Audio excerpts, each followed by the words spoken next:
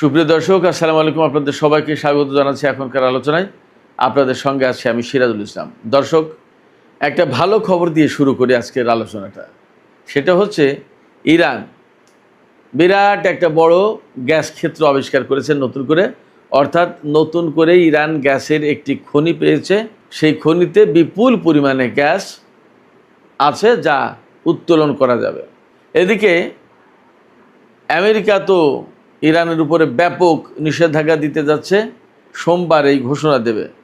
এই প্রেক্ষাপটেই ইরানের জাতীয় নিরাপত্তা পরিষদের সচিব মেজর জেনারেল মহসিন রেজাই তিনি সুস্পষ্ট করে বলেছেন, যদি হরমুজ প্রণালীতে মার্কিন ব্লকেড অব্যাহত থাকে তাহলে এক ফুটা তেলও এই হরমুজ প্রণালীতে পরিবহন করতে দেওয়া হবে না।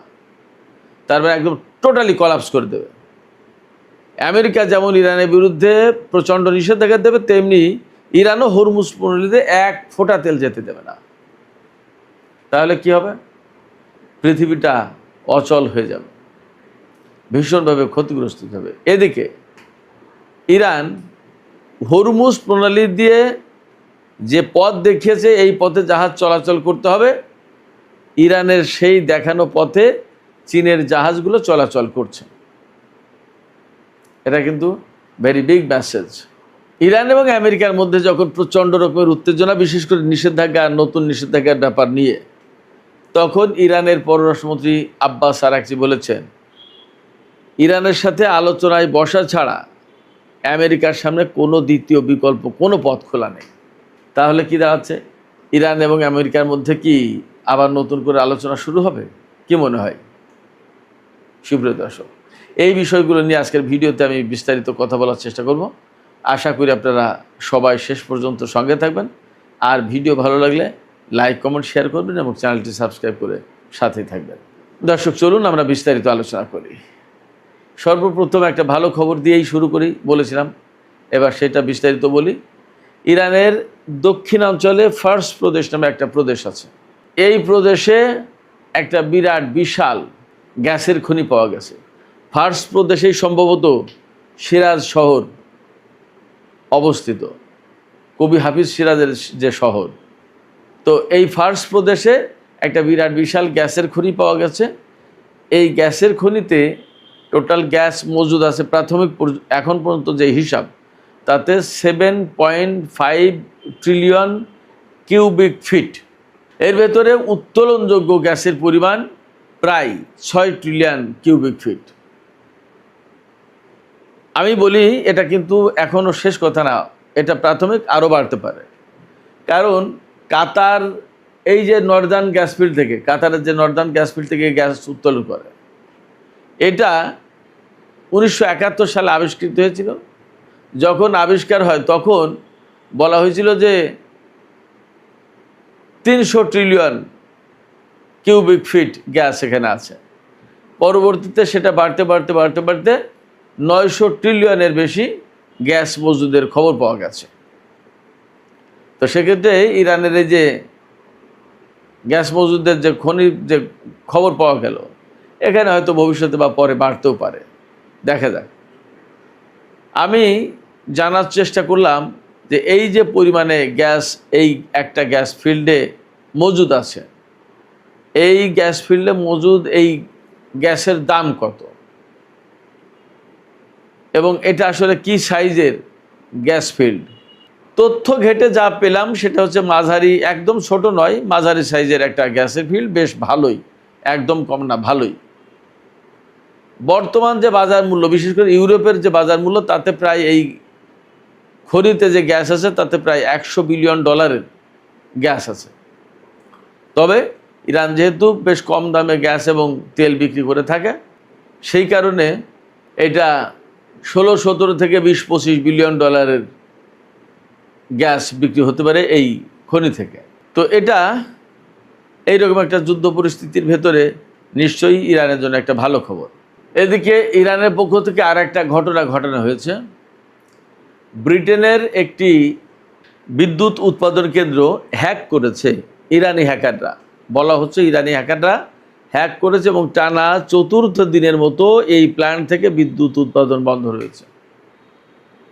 তার মানে এমনভাবে হ্যাক করেছে যে হ্যাকিং আর ঠিক করতে পারছে না। সেক্ষেত্রে বোঝাই যাচ্ছে যে ইরান এই সাইবার যুদ্ধে বেশ ভালো অগ্রগতি অর্জন করেছে। ব্রিটেনের মতো একটা উন্নত প্রযুক্তির দেশের একটা বিদ্যুৎ কেন্দ্র যদি আজ 4 দিন পুরোপুরি বন্ধ থাকে, তাহলে এই ব্রিটেনের আর কোন কোন সংস্থা ইরানি হ্যাকারদের থেকে নিরাপদ? আরও মজার খবর কি জানেন? আরও মজার খবর হচ্ছে আমেরিকার কয়েকটি ওয়াটার স্ট্রাকচার, পানি বিষয়ক অবকাঠামো, অর্থাৎ হতে পারে পানি পরিশোধন কেন্দ্র বা এই ধরনের অন্য কোনো কেন্দ্র, সেই রকম কেন্দ্র হ্যাক করেছে ইরানি হ্যাকাররা। এবং তাতে আমেরিকার যে 50টি স্টেট, তার ভিতরে 12টি স্টেট এই হ্যাকিংয়ের কবলে পড়েছে এবং তার প্রভাব 12টি স্টেটে পড়েছে। তার মানে ইরানি হ্যাকাররা আমেরিকাতেও ভালো রকমের একটা সাইবার হামলা চালিয়েছে, হ্যাকিং করে দিয়েছে। আমেরিকা এবং ব্রিটেনের মতো উন্নত প্রযুক্তির দেশ, উন্নত দেশ, তাদের উপরে যদি ইরান এই রকমের সাইবার হামলা চালায়, তাহলে বাস্তব যুদ্ধের ক্ষেত্রে তারা কোন ধরনের সক্ষমতা রাখে সেটা কিন্তু একটা ভাবনার বিষয়। এদিকে সোমবার 24 আগস্ট আমেরিকা ইরানের বিরুদ্ধে কঠোরতম নিষেধাজ্ঞার ঘোষণা দেবেন, কঠোরতম নিষেধাজ্ঞার ঘোষণা দেবে। এই ব্যাপারে ইরানের জাতীয় সর্বোচ্চ নিরাপত্তা পরিষদের সচিব মহসিন রেজাই তিনি বলেছেন যে ইরান তাদের ইচ্ছা শক্তি দিয়ে, তাদের প্রতিরোধের ক্ষমতা দিয়ে, সক্ষমতা দিয়ে এই নিষেধাজ্ঞা মোকাবেলা করবে এবং আঞ্চলিক কোনো দেশ যদি এই নিষেধাজ্ঞার ব্যাপারে আমেরিকাকে সাহায্য করে, তাহলে সেই দেশের বিরুদ্ধে ব্যবস্থা নেওয়া হবে। একদম পরিষ্কার হুঁশিয়ারি।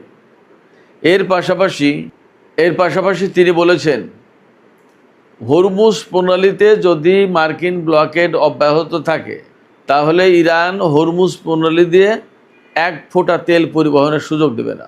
মহসিন রেজাই এই কথা বলছেন এবং ব্লকেডকে আমেরিকার সাথে রিলেট করছেন এই কারণে যে আমেরিকা যখন যুদ্ধে না পেরে ইরানের উপরে নিষেধাজ্ঞা চাপিয়ে দিচ্ছে এবং নিষেধাজ্ঞার মাধ্যমে ইরানকে শাস্তি দেবে বলে ঠিক করেছে, তখন মহসিন রেজাই বলছেন যে হরমুজ প্রণালীতে ব্লকেড যদি না তুলে নেয়, তাহলে 1 ফোঁটা তেলও যেতে দেওয়া হবে না। তার মানে ইরান পাল্টা ব্যবস্থা নিল। হরমুজ প্রণালীতে ব্লকেড থাকা আর ইরানের উপরে কঠোর নিষেধাজ্ঞা দেয়া সবই এক গাছেরই ফল। তো তাই যদি হয়, মহসিন রেজাই বলছেন যে ব্লকেড অব্যাহত থাকলে 1 ফোঁটা তেল যেতে দেবে না। তার মানে ইরানও কার্যত আমেরিকা বা আরও বিভিন্ন দেশের বিরুদ্ধে তেলের নিষেধাজ্ঞা দিল। এদিকে ইরান যে পথ দেখিয়ে দিয়েছে হরমুজ প্রণালীতে, সেই পথ দিয়েই চীনের জাহাজ তেল পরিবহন করছে, আসা যাওয়া করছে সেই পথ দিয়ে, আমেরিকার দেখার পথে না। তার মানে এখানে আর একটা মেসেজ আছে চীনের পক্ষ থেকে যে ইরান যা বলেছে ওইটা রাইট, আমেরিকা যা বলছে সেটা ভুল। আমরা বিভিন্ন মাধ্যম থেকে খবর পাচ্ছি পাকিস্তানের সেনাপ্রধান ইরান সফরে যাবেন, বোঝাই যাচ্ছে ইরান আমেরিকার মধ্যকার কূটনৈতিক বিষয় নিয়েই আলাপ আলোচনা করতে তিনি যাবেন। তবে এই জায়গায় আমি একটা কথা বলে রাখি, ইরানের পররাষ্ট্রমন্ত্রী সাইয়েদ আব্বাস আরাকচি তিনি সুস্পষ্ট করে বলেছেন, আমেরিকার সামনে আলোচনা করা ছাড়া আর কোনো বিকল্প পথ নেই। তার মানে আমেরিকা ইরানের উপর যে নিষেধাজ্ঞা চাপিয়ে দিতে চায় এবং আরও অনেক কিছু করে ইরানকে কোণঠাসা করতে চাই, সেগুলো করে কিছুই হবে না, কিছুই পারবে না। আব্বাস আরাকচি আর একটা কথা বলেছেন, তিনি বলেছেন ইরানের কাছে যুদ্ধে হেরে আমেরিকা এমন বেপরোয়া আচরণ করছে। কি সেই বেপরোয়া আচরণ? সেই বেপরোয়া আচরণ হচ্ছে ইরানের বিরুদ্ধে কঠোরতম নিষেধাজ্ঞা আরোপের চেষ্টা। তবে ইরানের সব পক্ষ থেকে, সব পর্যায় থেকে একটা কথাই বলা হচ্ছে, আমেরিকা যত কঠিন নিষেধাজ্ঞা আরোপ করুক না কেন, বাস্তব কথা হচ্ছে ইরানের জনগণ, ইরানের সামরিক বাহিনী এই ধরনের নিষেধাজ্ঞা দেখে অভ্যস্ত, এই ধরনের নিষেধাজ্ঞা মোকাবেলা করে অভ্যস্ত। অতএব আমেরিকা যত যাই কিছু নিষেধাজ্ঞা দিক না কেন, ইরান সেটা মোকাবেলা করতে পারবে। আমেরিকা এবং ইরানের মধ্যকার যুদ্ধের বর্তমান যে পরিস্থিতি, তাতে সত্যিকার অর্থেই সামান্য একটু কাজ বাকি। অর্থাৎ ইরান যদি এখন যে শক্ত অবস্থান আছে এই শক্ত অবস্থান ধরে রাখতে পারে, আর কিছুদিনের ভিতরে অবশ্যই আমেরিকাকে নতজানু হতে হবে।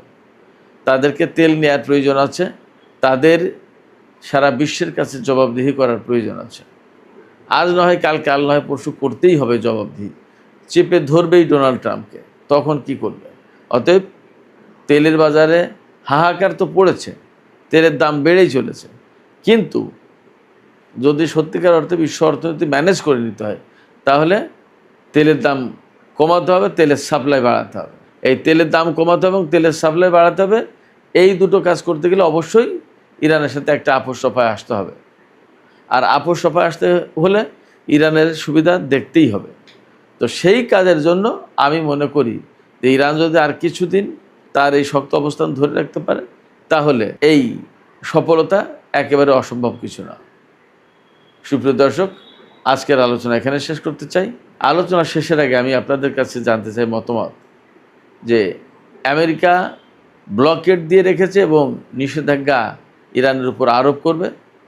এই প্রেক্ষাপটে মহসিন রেজাই বলেছেন যে আমেরিকা যদি ব্লকেড অব্যাহত রাখে হরমুজ প্রণালীতে, অর্থাৎ ব্লকেড দিয়ে রাখে, তাহলে ইরান এমন ব্যবস্থা নেবে যার প্রেক্ষাপটে এক ফোঁটা তেলও আর পরিবহন করা যাবে না হরমুজ প্রণালী দিয়ে।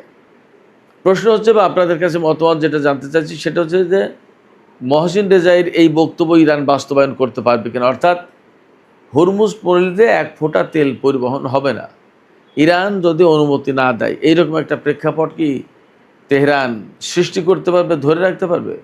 আপনাদের মতামত জানিয়ে কমেন্টে লিখুন। আর ভিডিও ভালো লাগলে লাইক কমেন্ট শেয়ার করবেন এবং চ্যানেলটি সাবস্ক্রাইব করে দর্শক সাথেই থাকবেন। আপনাদের সবাইকে অনেক অনেক ধন্যবাদ। সবাই ভালো থাকুন। আল্লাহ হাফেজ।